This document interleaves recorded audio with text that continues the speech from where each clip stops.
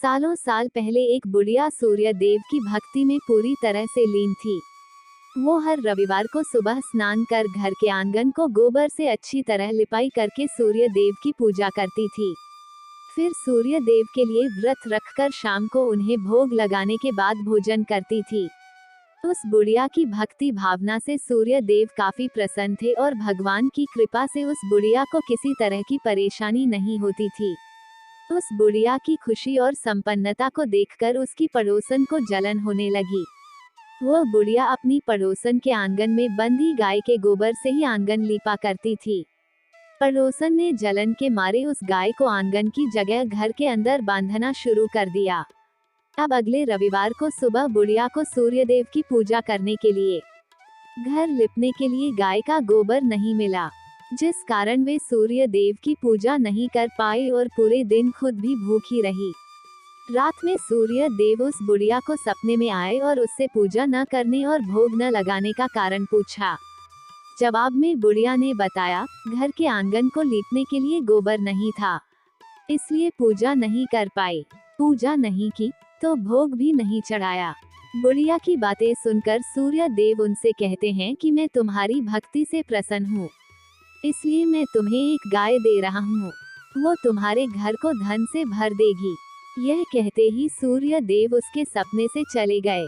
अगली सुबह जब बुढ़िया की आंखें खुलती हैं, तब वो देखती है कि उसके आंगन में एक सुंदर गाय और बछड़ा बंधा हुआ है। यह सब देखकर वह हैरान हो गई। उसे सपने की कोई बात याद नहीं थी। इसे उसने सूर्यदेव की कृपा समझा और गाय को चारा देने लगी। बुढ़िया के आंगन में सुंदर गाय और बछड़े को देखकर पड़ोसन की जलन बढ़ गई। कुछ देर बाद जब बुढ़िया घर के अंदर जाती है, तो गाय सोने का गोबर करती है। यह देखकर पड़ोसन चौंक जाती है और उस गोबर को उठाकर अपने घर ले आती है और अपने गाय के गोबर को उसके आंगन में रख देती है। यह सिलसिला कुछ दिनों तक चलता रहा और वो पड़ोसन धनवान हो गई।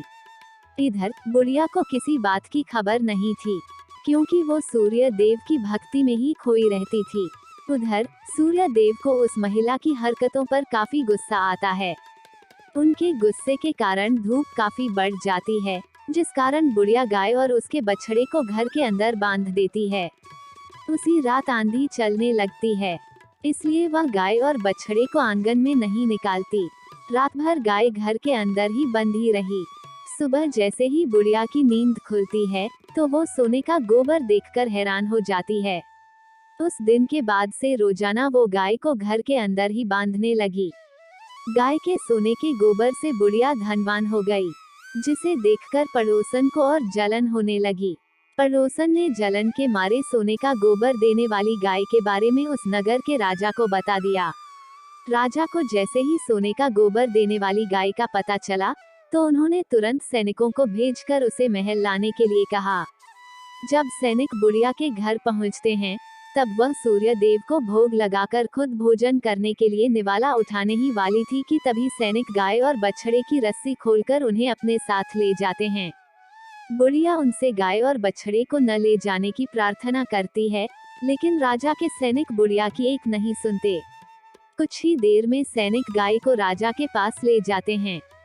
राजा गाय की सुंदरता को देखकर बहुत खुश होते हैं और उसे अपने ही पास रख लेते हैं। गाय व बछड़े के जाने के गम में बुढ़िया बिना खाए पिए पूरे दिन सूर्य देव से गाय और बछड़े को लौटाने की प्रार्थना करती है। इधर दूसरे दिन सुबह राजा सोने का गोबर देखकर हैरान हो जाता है। उधर बुढ़िया भूखी प्यासी सूर्य देव की प्रार्थना में लगी रहती है। बुढ़िया की तकलीफ देखकर सूर्य देव अगली रात राजा के सपने में आकर कहते हैं कि अगर तुमने इस गाय और उसके बछड़े को नहीं लौटाया, तो तुम्हारे राज्य पर संकट आ जाएगा।